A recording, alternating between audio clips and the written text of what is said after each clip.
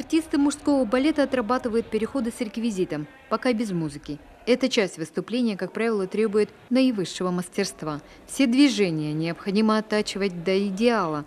Там, на сцене Кремлевского дворца, ошибки просто недопустимы. Работайте на публику.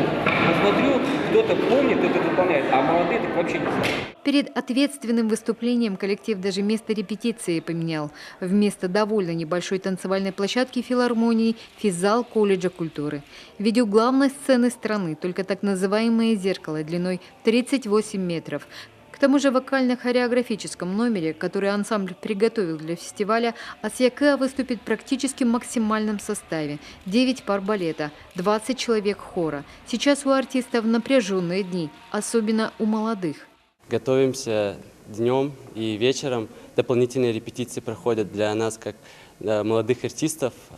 Самое главное – показать наш академизм, четкое наше выступление, нигде не запутаться в номерах и порадовать зрителей. Яркий и незабываемый номер с кульминациональными инструментами коллектива Искуми должен будет влиться в единое полотно выступлений всех участников фестиваля. Это свет, это звук. Потом, что интересно, это будет не просто концертные номера, это будет театрализованное представление. То есть это будет смена декораций, обстановки, свет. Они еще придумали какое-то большое покрывало, накидку, которая будет менять эти картинки этих коллективов. Да?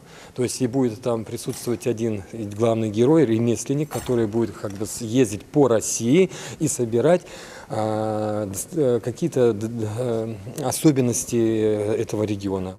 Специально для этой поездки шили яркие костюмы. В Москве коллективы соберутся уже через 4 дня.